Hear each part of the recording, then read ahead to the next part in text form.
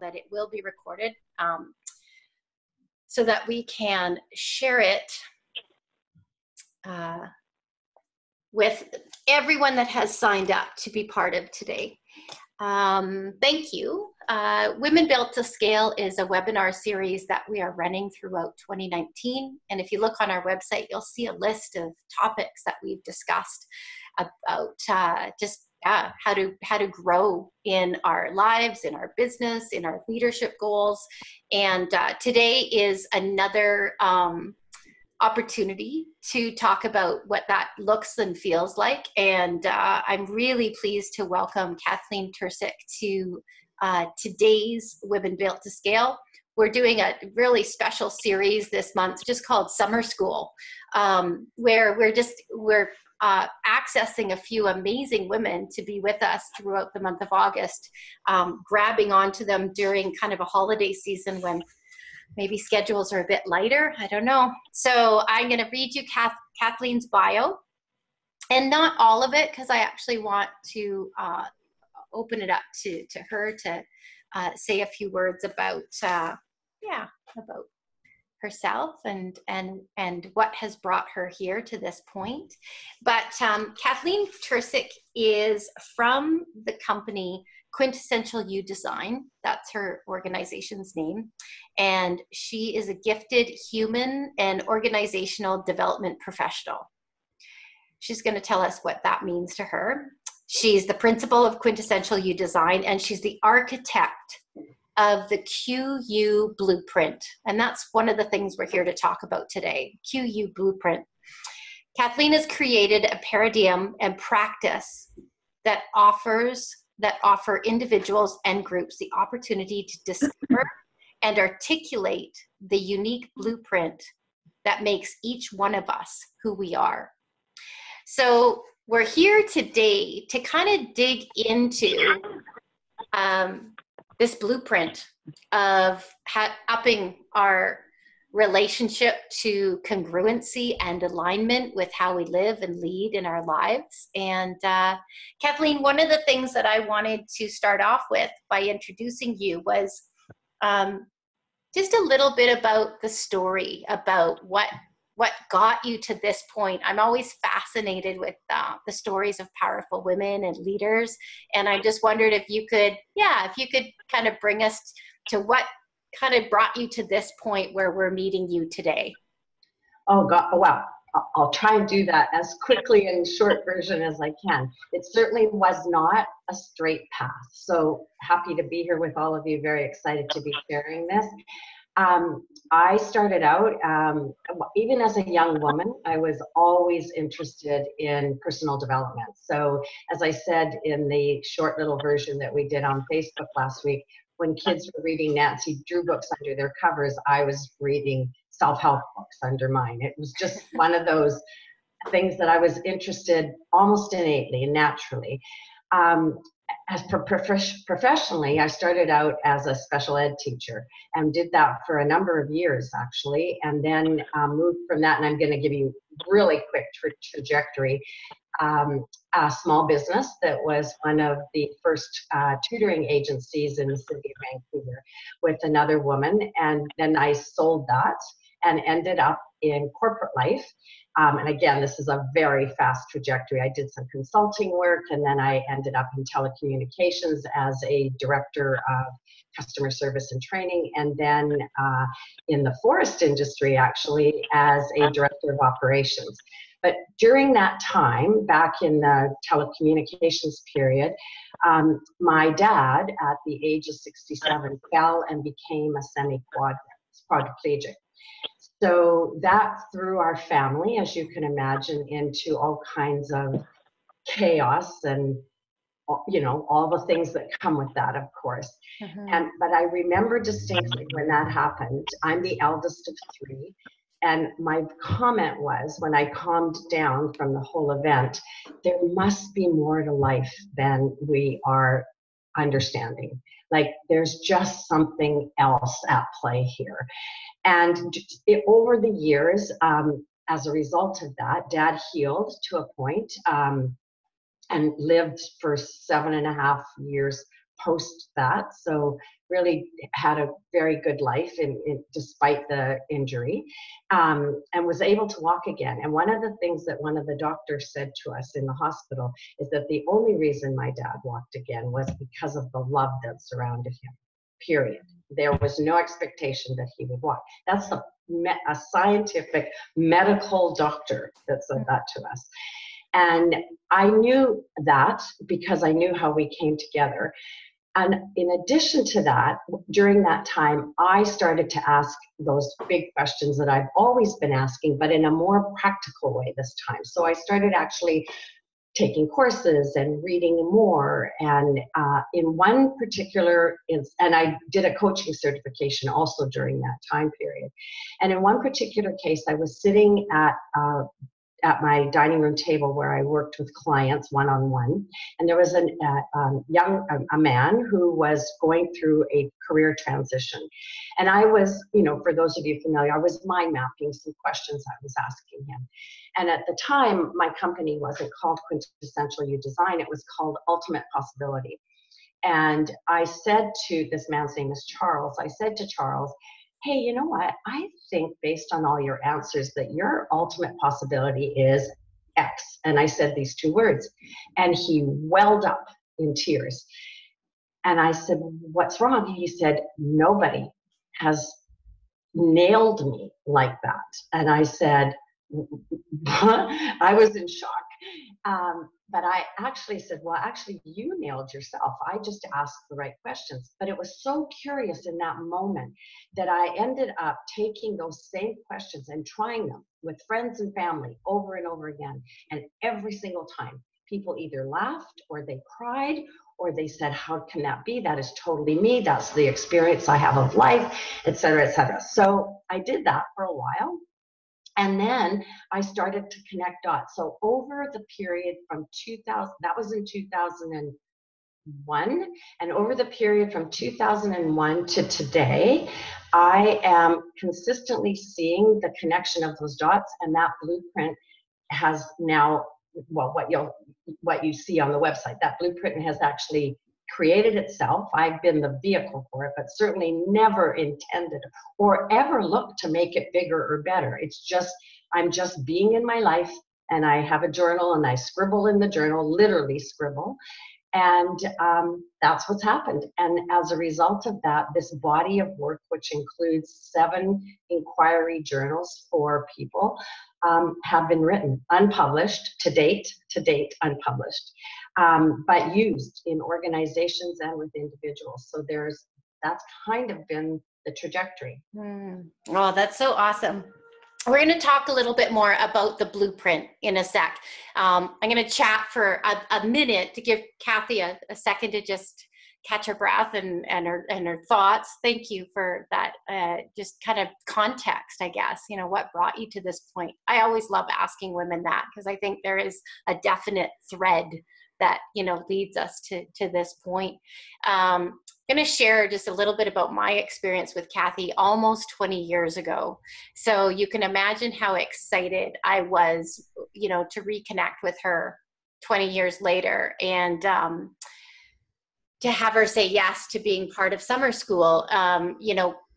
One of my experiences in this blueprint that she's talking about is as a social impact entrepreneur in 2000, Kathy was the first person and really the only person that I sat down with in a transition between a corporate career and wanting to start this thing for women, which didn't have a name at that point. Didn't have anything. It just, I knew the impact that I wanted it to have, but I didn't have the how. I didn't have the vehicle. I just knew the impact. So I'm going to share with you just a couple of pieces of my blueprint to show you now, to speak to what that has looked like in my life 20 years later and how I still use the blueprint. For me, this blueprint that we're talking about is, it's a check-in. It's, am I aligned? Am I operating congruent to my blueprint? And if I am, I really feel good. If I'm not, I don't feel as good. life doesn't feel as easy. So one of my biggest pieces in my blueprint, my ultimate possibility, as it was called back then, is worthiness connected.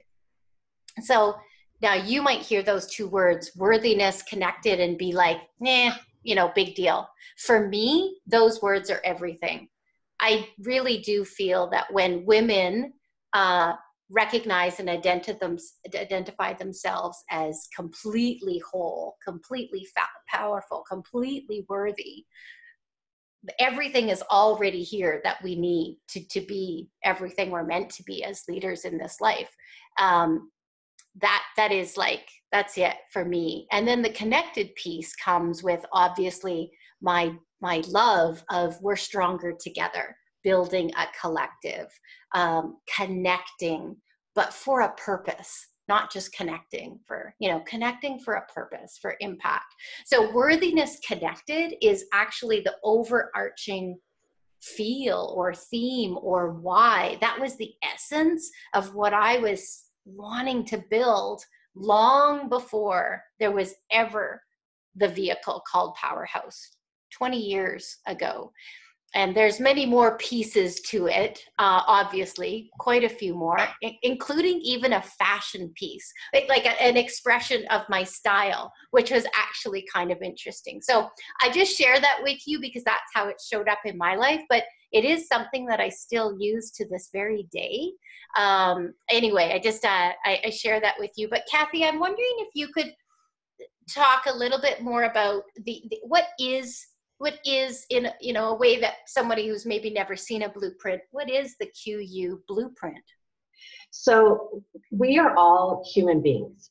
So we're made up of common elements that are those things like our DNA that makes us human.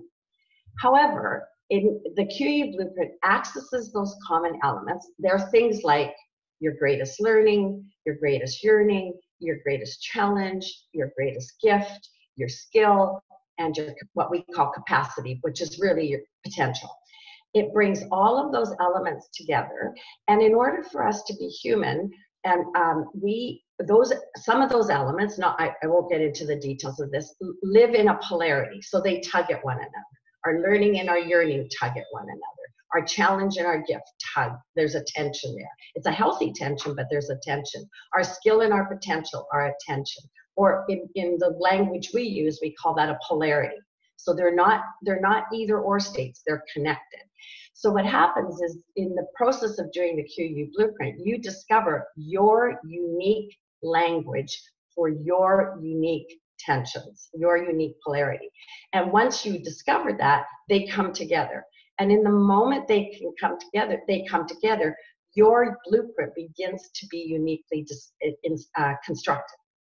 And that blueprint is discernible and it emerges over time so that all of those pieces start to fit and we start to see ourselves almost like having a look at our emotional and soul DNA. And those are useful to us because that essence of us, that intangible part of us, is really what's informing every tangible outcome we ever get.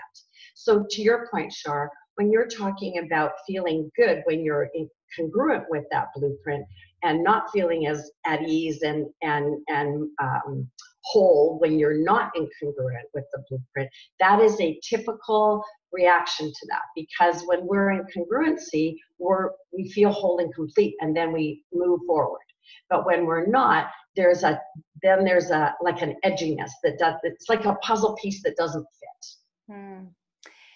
Yeah, I do. One thing I really remember about the work that I really appreciated, it was probably the first time that it really landed for me, was this concept around tension and healthy tension. And I don't know if I just grew up in this kind of like, Molly Poppins, like Mary Poppins, sort of like that everything always had to be like good and positive, but that life is it's a journey of these healthy tensions. And so one of my, tensions that I forget which one it is, but it is, life is easy, I am wanting. Right. So, and I know what that might, that's called your principal driver. That's my principal driver. So that's how I live. I live in that state of, and if people who know and work with me, they would like, second this, like life is easy and I am wanting. I'm always wanting more impact, more, greater fulfillment, more. It's my drive. And so that it's this polarity or this tension that makes life interesting, that makes it fun, that makes it. But Kathy, I don't know, like if you can say a little more about the actual tensions and how that arrived, but I really find that interesting. So your blueprint is made up of all of those, of several pairs of polarities over time. So what happens to us as human beings is we say, well, my biggest learning in life is that I'm making this up. I need to understand that I am a fully landed individual, for example. And at the same time, I want to be connected and partnered, or whatever that word might be for someone else. So we go between those two things. Well, I want solitude and individuality, but I want to be partnered. I want to be partnered, but I don't want to lose myself. And one always in those tensions, there is what we want internally, the intangible, and how we express that in life. And what QU does is it looks at always those two things all the time. And it brings together that intangible, if you will, that's driving you, that's informing your choices and behaviors and endeavors and activities, and what you want it to look like out here in the world. So the intangible, so ultimately we're always looking at the intangible and the tangible brought together. Okay. So what happens to most of us is we choose one or the other, right? We don't do it intentionally, but that's what happens. We split them up. So the very first element that you get in your QU blueprint is called essence expression. So essence and expression. And those two together are what make your, if you will, your personal brand, the spine of your blueprint it is what you're meant to fulfill through life. And you recognize it because it's innately you. Mm-hmm. Yeah, so very, very cool. And maybe this is a good time to kind of dive into just a little bit more of the meat, because I think we might be able to actually open it up for a couple of questions, or we pose a couple of questions and have people think about it. So I'm going to actually ask this next question. With all of the bits of, personal development, leadership development, and coaching, and, we're all trying to understand a little bit more of ourselves. Why would someone, I could speak for myself, but why would someone choose to do this blueprint work? Why this work? Or what would you say about it specifically? I think that the distinction that this work has is that it is a piece of work that, first of all, starts out with, there is nothing about you to fix, period. You are completely perfect, exactly as you are. No fixing required. And more importantly, there is no formula that I am going to give you or anybody else or anyone ever that says do step 1, 2, 3, and 4, and then you'll be happy, or then you'll get what you want. We don't do that. The formula, the actual paradigm lives within you. What my work is asking those right questions so that you begin to see every single circumstance and condition in your life is there for you, and it is an access to information for you. So as we do that work, your response to it includes both the circumstances and your experience and feelings about the circumstance. And those two things together provide you with information to keep you moving forward, and without judgment. So there's no right experience, there's no right feeling, there's no perfect way of attacking this circumstance. It is literally, you're in an inquiry and an exploration that is yours and yours alone, based on your experience and relationship to life. And that is why it works, because my experience of life and each of yours experiences of life are completely different. And we forget that. So my challenge with many of the self-help or personal development, and I've done many of them out there, is that somebody says, well, if you do X, Y, and Z, X, A, B, and C will happen. And in this case, it's no. If you get in touch with your experience and your response to that experience, and you allow it, and we lose the judgment of it, you get access to information about what's possible for you in your life. So everything, a dinner, a book you read, a job you have, everything becomes food for the fodder. Everything becomes information for you. And you begin to, what happens ultimately is you begin to open up to a curious state wherein life becomes a journey of curiosity every moment. And that is delicious. Yeah, no, I love that description. Yeah, I mean, I'll give it a real practical, the Virgo in me will give it a bit of a practical grounding. As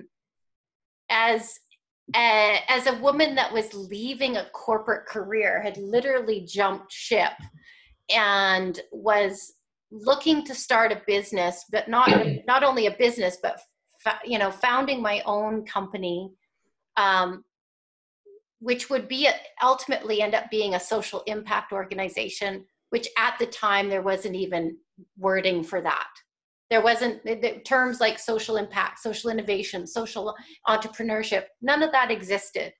So here I was, and for me, in this whole new landscape of, I wanted to make money, yes, but I was really driven to work with women and to change lives. Had no idea what that meant or was going to look like. So for me, starting to work with Kathy was really starting with like bare bones. It was the framework. And I look back at it now and go, oh my gosh, like what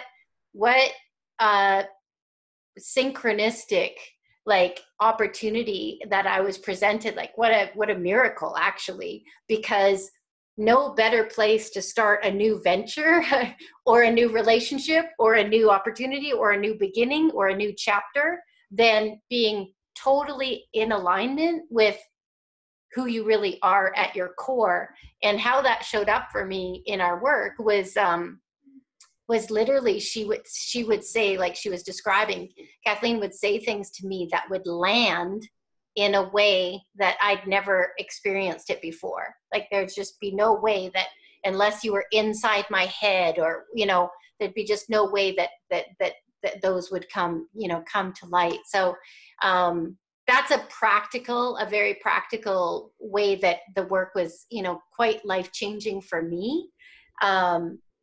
I'm wondering, Kathy, in some of the conversations and the work that you've had with clients, if there's, are there other examples or stories that come to light for you in terms of how this work has affected people, people's lives, people's journeys? For sure. I mean, one that comes to mind right now is, so this work originally started I'm getting feedback. So just a second here.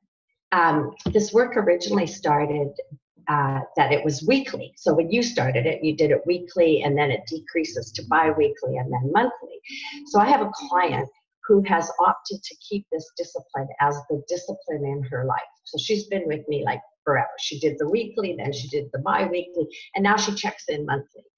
She was a woman who grew up out of the city of Vancouver on the prairies and had a very challenging time around several areas of her life.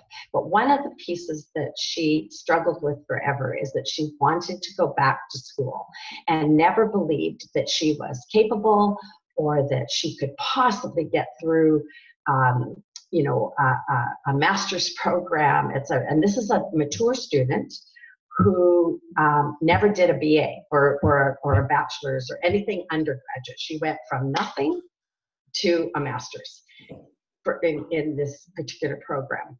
And today she has that master's, and she is working at a level commensurate with that master's in her 60s, and is happier than she's ever been in her entire life. But more importantly, she would tell you, if she were sitting here, that it isn't about the master's or the fact that she got back to school. But what it's mostly about is the peace and contentment and ease with which she has come to be in life. And so it is rippled. Yes, she did the master, and yes, she got the job, and yes, she's 60 something. But really, really, her whole thing is the relationship she has to life day to day, every day. In fact, she called me just yesterday. Somebody gifted her a trip to Whistler, and she's up there on a sabbatical to Whistler for 3 days on her own in heaven. So that's just one of them. The other one that I would say just quickly is a young woman. So I do this work in organizations as well. And this young woman is in her 30s, very bright, off the charts bright, and has always struggled. She has a good job. She's always struggled because people want her to fit what she says in a certain box. And what she says about the work that we've done together is that it is the first time in her life that she has allowed herself and gifted herself loving that she doesn't fit in the box. And 2 weeks ago, she got offered 2 new jobs. So there you go. Yeah. And I'm a walking, talking example. I do this work myself. I have never stopped doing this work from the day it started coming through. So I am doing the work of my own blueprint every single, I do it monthly myself. And I do that with a client that's very close to me so that I have someone to work with as well. So I am in the practice myself. And this work is literally, if I were to show you the elements of my blueprint, the work that I've created is literally aligned to my blueprint. There's nothing that's not aligned. So, my hope is that anybody that does it happen overnight? No. If this is a discipline and a practice, it doesn't happen overnight. This is not a fix. So it doesn't happen in 2 workshops or 3 weeks. That's not the deal here. It's a practice and a discipline. There are 9 practices in QU. Intentional conversation is a very practical way of communicating and working with yourself, with other, and in the world. But ultimately, every single one of us has a contribution to make in the world that is unique to us. And if we don't make that contribution, it doesn't get made in our particular way. So my intention through all of this work is that people just get completely who they are and what is theirs to offer. And if I can make any dent in that, that is my joy and my intention and my reason for living. And that is completely aligned to both my blueprint and the blueprint of this work, because this work also has its own blueprint. So it just aligns. Kathy, can you speak to the piece of your blueprint? I'm just curious of the wording, and I know that you probably know it like the back of your hand. Yeah. But because one of the questions I was going to ask you was, what is this ultimately all about for you? Like, what's the impact that you're looking to make? And I think you answered it, saying, you're here to make sure that as many people as you possibly can experience this work, they're making their contribution to life in their way. And they're the only person that can do that. It's right. Their unique contribution, and that impact of you being able to do that with as many people as possible is part of your blueprint. Right. What piece of your blueprint, what's the wording of your blueprint that would match up with that? Okay. I'm just curious. Totally, absolutely. So there's two parts actually, but I'll tell you that. So the blueprint has three major aspects. It's who you are for you, who you are with other, and who you are in the world. So you for you, you with other, you in world. So it's a triangle. The center of it is a triangle. So my you in world line is receiving possibility, giving form. So that is precisely what this work does. It receives the possibility of everybody. So I'm trained to listen inside of everything anyone says. So receiving possibility and then giving it form. I had no idea that this was the case, but I never planned on it being a blueprint. So I could always hear the possibility inside of what people were saying. And I do that in my organizational work as well. But I didn't know that it was actually going to, quote unquote, take a form, right? So all I knew is that I was good at receiving possibility. I could hear what was behind what people were being said, what was inside it. And that's my skill in this part. That's the part that's mine to do. The rest gets done because of the work that's bigger than me. So I stay out of the way of that. I didn't plan on a blueprint. I didn't force a blueprint. I mean, I could show you piles of journals in my closet that are just like dots and lines and how, oh, this connects to that. And so I never planned for that. But what I knew is that I always had that skill, even in my teaching days with special ed kids. I always had that skill to listen inside and behind what was being said. So that skill is, if you believe that there is a universal impact, that skill is what's mine to do, so that the universe will cooperate with me to deliver what it is I'm delivering. I'm going to segue in a minute to talk a little bit about, I don't know, logistics or whatever. Like, I think people might be wondering like what intentional conversations are and what actually, working with what this actually looks like on the ground. Before I do, I just wanted to say one thing about, it just landed for me in terms of why I love this work so much. And that is that it is a practice. It is a practice. That's what makes it different than a lot of stuff that's out there. People talk about the latest and greatest book, or a workshop that they went to. With my clients, I talk a lot about uncommon discipline. I talk a lot about devotion. I talk a lot about commitment and conviction. What are you committed to? What do you have a really deep conviction around? And I guess why this work has resonated with me for almost 20 years is that I do believe that the things that are very, very important to us that we say we want to experience out of life, those are the things that we make priorities every day or it is a practice. So I think that is a big difference of why this work is as powerful as it is and as life-changing as it is, because it is a practice. It is a discipline. It's it's quite unique and interesting.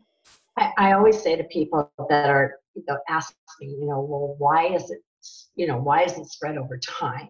And I say to them, well, if you practice yoga, do you go once every 6 months, or do you go once a week? This is like yoga for the mind or yoga for the soul. You can't, it's not something that you can kind of throw a dart at once, right, and it's over. So I'd like to, I want to have a little bit of time to ask some questions or open it up to some questions. But Kathy, just before we do, I'm wondering if you could chat a little bit about what an intentional conversation is, or what is working with you actually look like on the ground, if people are interested in that. Sure. So an intentional conversation is a conversation that has intention, right? So that's a simple version. But there's a listening and a speaking at 3 levels in an intentional conversation. So the first one is an orientation to self. So that's that you for you angle. What that means is taking responsibility for what we put in the space and consciously generating what we desire. So language becomes an access to what we desire, very, very deliberately. So we begin to learn that skill of catching what we say. Because what we say, if some of you have done some work in the personal development realm, you'll often hear say create as a pair, but really it's much more than that, because we can say whatever we want. That's why affirmations are so wobbly sometimes, because we can say whatever we want, but it is the resonance and the intention behind what we say that gives us our outcome. So that's number one. Number two is our relationship to other, and that is the learning what it means to be in an interdependence in every single exchange, and suspending judgment in that change. So that includes never needing to fix any expressed emotion. So everything's good.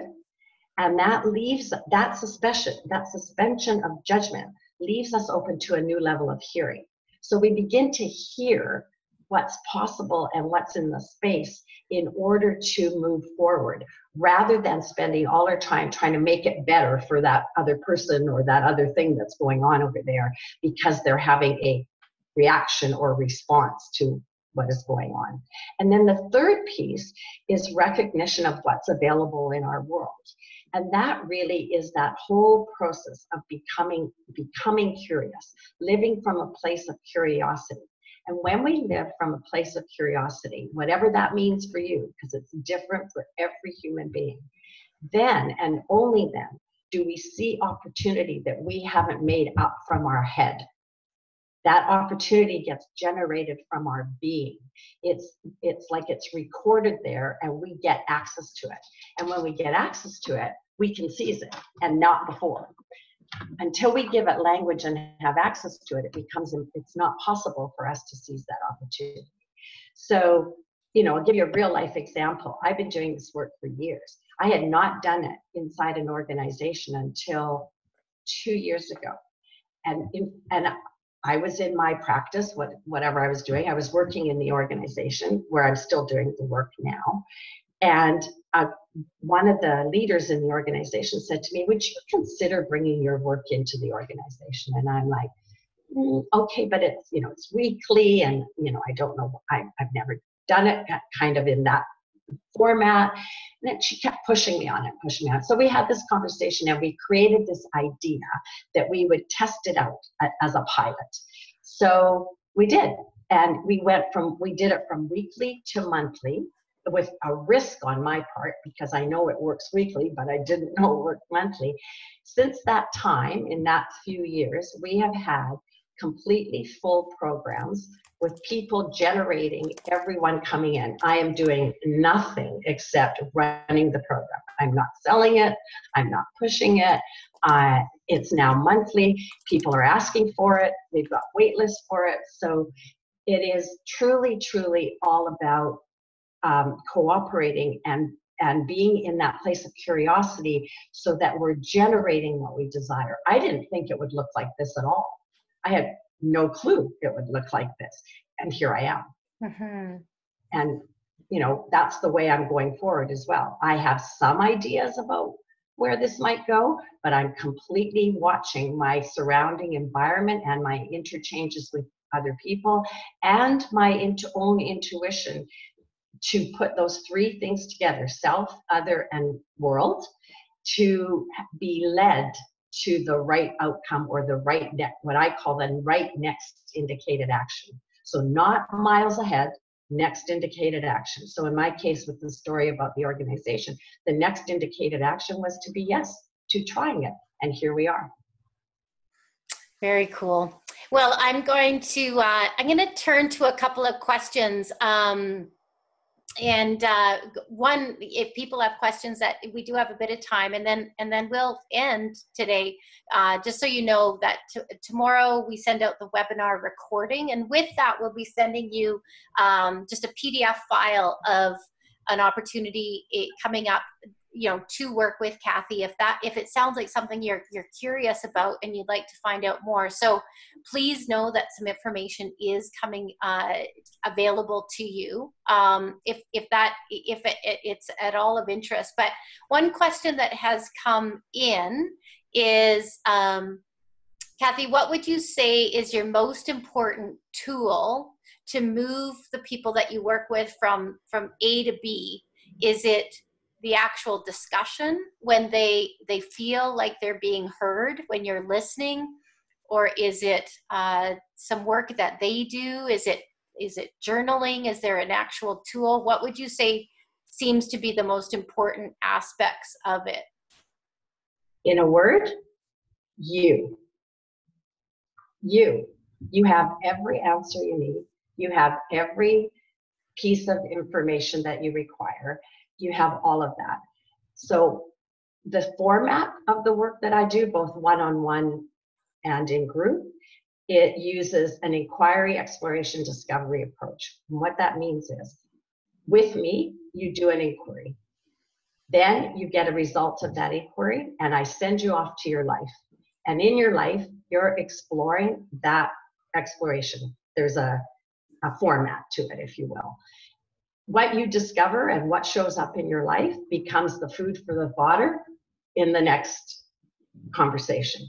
So it's an evolutionary journey that you are, how do I say? You are directing. You are instigating.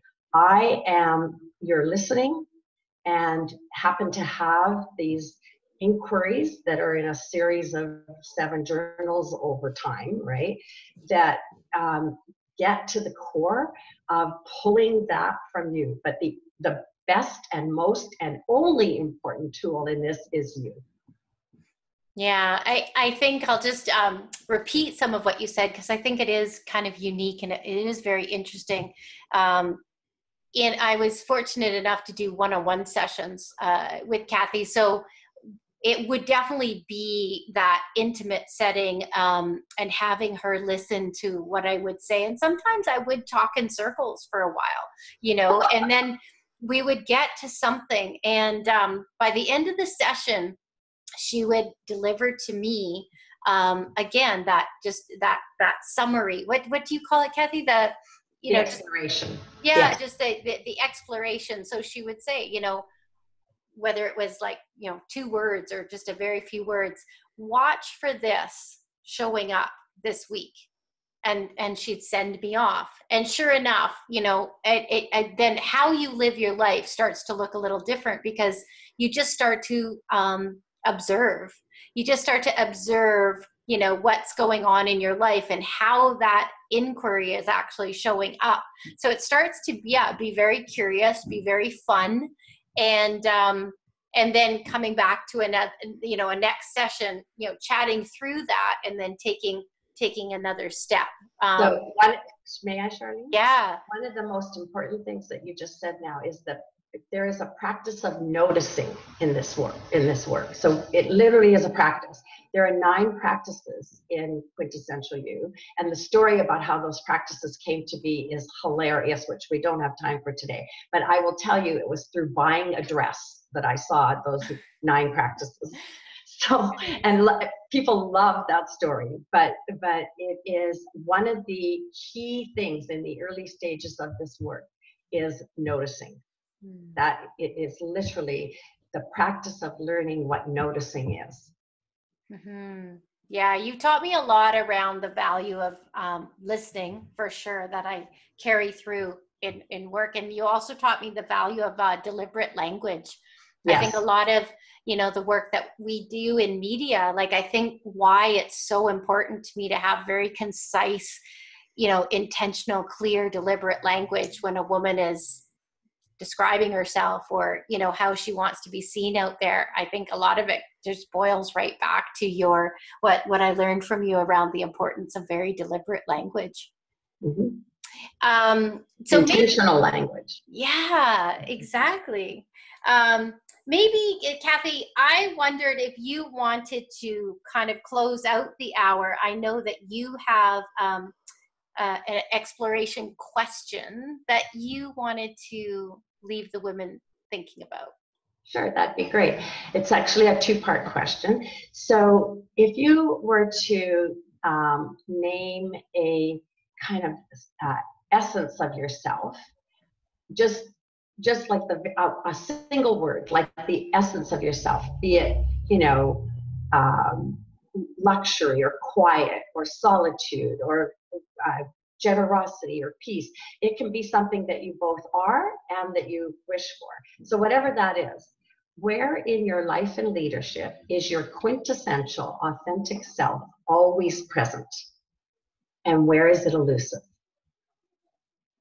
So let me say that again, where in your life and leadership is your quintessential, authentic self always present? And where is it elusive? Because the idea, of course, is that where it's present is fully you, and where it's elusive is possible to become fully present. Mm-hmm. That's a good one to ponder. It's a very good one. Just watch, notice, just notice. Don't live the question, don't look for the answer, just notice your environment, your circumstances, your conditions, who you are in exchanges with other people, with yourself, etc. Mm-hmm. Thank you. Just before we wrap things up today, I wanted to, we have a few minutes, is any other questions? If you have a burning question, I encourage you to just put it into our chat.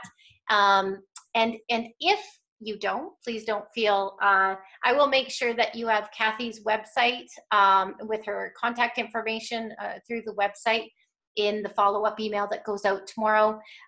I just want to take a moment. I'll stall in case there's a question coming. I just want to take a moment to thank you for being here with us today, and to also let you know that next Tuesday is our second summer school webinar in our series, and I will be chatting with Rikia Sadie.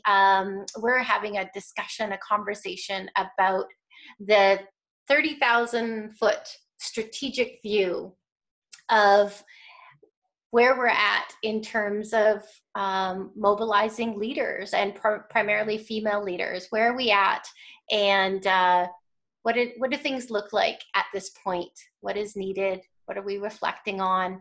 What questions are we asking? What are we noticing? So we're going to have a conversation next Tuesday, the 13th, I think it is, at 10 a.m. So I encourage you to be part of that one too, because they actually do. Well, I'm curious. I think they all build one onto another, but that's just me. Thank you, Kathleen, for being part of our summer school series today, for being with us, and for the years of dedication that you have had to your work. I think it's absolutely incredible, and super grateful for who you are and how you lead in your life. Well, thanks for having me, Charlene, and thank you all for being a part of this. It is my complete joy to share it. Whether you work with me or not, it is still my complete joy to share it. Encourage you to check out Kathy's website. There's a lot of really valuable tools and valuable information on it. And like I said, we'll follow up tomorrow with our webinar recording, and yeah, just some more information and opportunities if it calls to you. Great. Thanks for being here today, ladies. Thank you. Bye. Have a great rest of your day.